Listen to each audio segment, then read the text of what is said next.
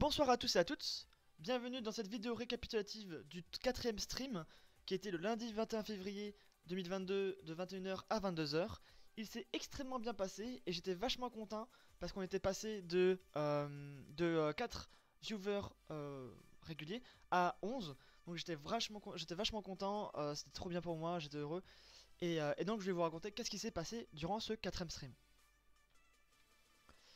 Déjà, merci à vous de regarder toutes ces vidéos récapitulatives, ça me fait extrêmement plaisir, j'ai pas l'impression de travailler pour rien.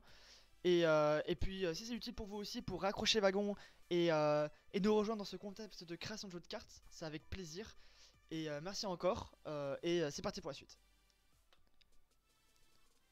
Du coup, durant ce 4ème stream, on a plus clarifié quel était le but du jeu. Donc on voulait que les joueurs, je vous rappelle, c'est un jeu de l'Antiquité avec des rôles secrets et tout le monde commence avec le même rôle au départ et au fur et à mesure de la partie on peut changer de rôle et trahir les autres. Au départ on aura tous la même condition de victoire. On aura une cité qui sera partagée par tous les joueurs et du coup il faudra faire évoluer la cité tout en essayant d'augmenter ses conditions sociales. Donc avec les conditions de victoire particulières. Les rôles et les statuts seront propres à chacun. Les statuts dans le sens de riche, citoyen et pauvre, comme on avait vu dans le stream numéro 3. Si vous n'avez pas vu la vidéo, je conseille de la regarder, sinon vous allez rien comprendre. Et enfin, je voulais mettre cette petite phrase cette phrase pour la pub du jeu, qui serait « Soyez de fins stratèges et trahissez tout le monde ».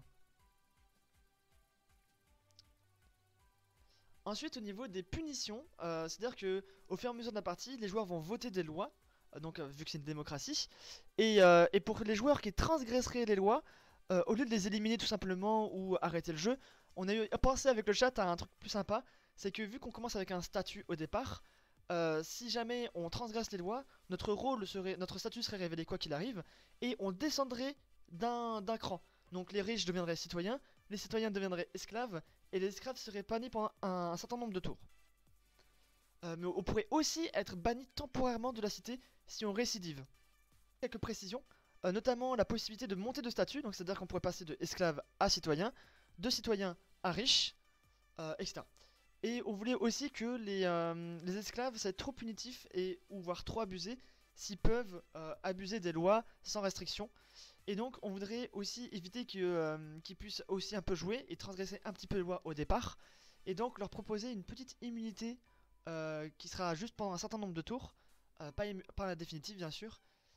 Du coup, ils pourraient transgresser les lois sans se faire bannir, juste temporairement, pour du coup les esclaves puissent un peu plus jouer. On a aussi pensé à des cartes spéciales qui pourraient permettre d'affranchir les esclaves, mais aussi de les asservir. Du coup, les esclaves ne pourraient pas voter sauf contre indication avec une carte spéciale, parce que bien sûr, on ne laisse pas le droit de vote à des esclaves, c'est bien connu, surtout en Grèce antique, je précise, hein. Attention au concept. On avait pensé aussi à un truc sympa, c'était au niveau des lieux. On voulait que, moi j'ai insisté pour que ça soit cool, que la map elle soit dynamique. C'est-à-dire qu'il y aurait des cartes qui vont être les lieux, et ça va influer sur le cours de la partie. Et ces cartes pourraient changer et bouger au fur et à mesure de la partie. Du coup, ce qui ferait que la rejouabilité va être vraiment extrême. C'est-à-dire qu'on pourra faire plein de parties, ce sera toujours différent. J'avais aussi proposé pourquoi pas un système de saison, mais je sais pas si c'est too much, on verra ça. Et des constructions communes, comme les bains par exemple, qui étaient très connus en Grèce antique. Et notamment à l'époque des Romains, donc qui pourrait aussi rajouter un truc sympa. Enfin, pour les petits nombres de joueurs, donc de 2 à 4, on proposera un mode alternatif où le but sera, avec des cartes supplémentaires, où le but sera juste de résister aux phases du jeu mode histoire. C'est-à-dire qu'il pourrait y avoir une guerre, il faudra s'y être préparé, des remparts, à faire des remparts, le Colisée à construire, les maladies à résister, construction de temples et de statues, la caserne à construire pour résister à la guerre, les sacrifices pour les dieux, etc. Donc ils devront jouer une partie normale, mais à chaque fois ils auront ces conditions à respecter. Et du coup le jeu sera à la fois coopératif pour le petit nombre de joueurs, et chacun pour soi pour un grand nombre de joueurs.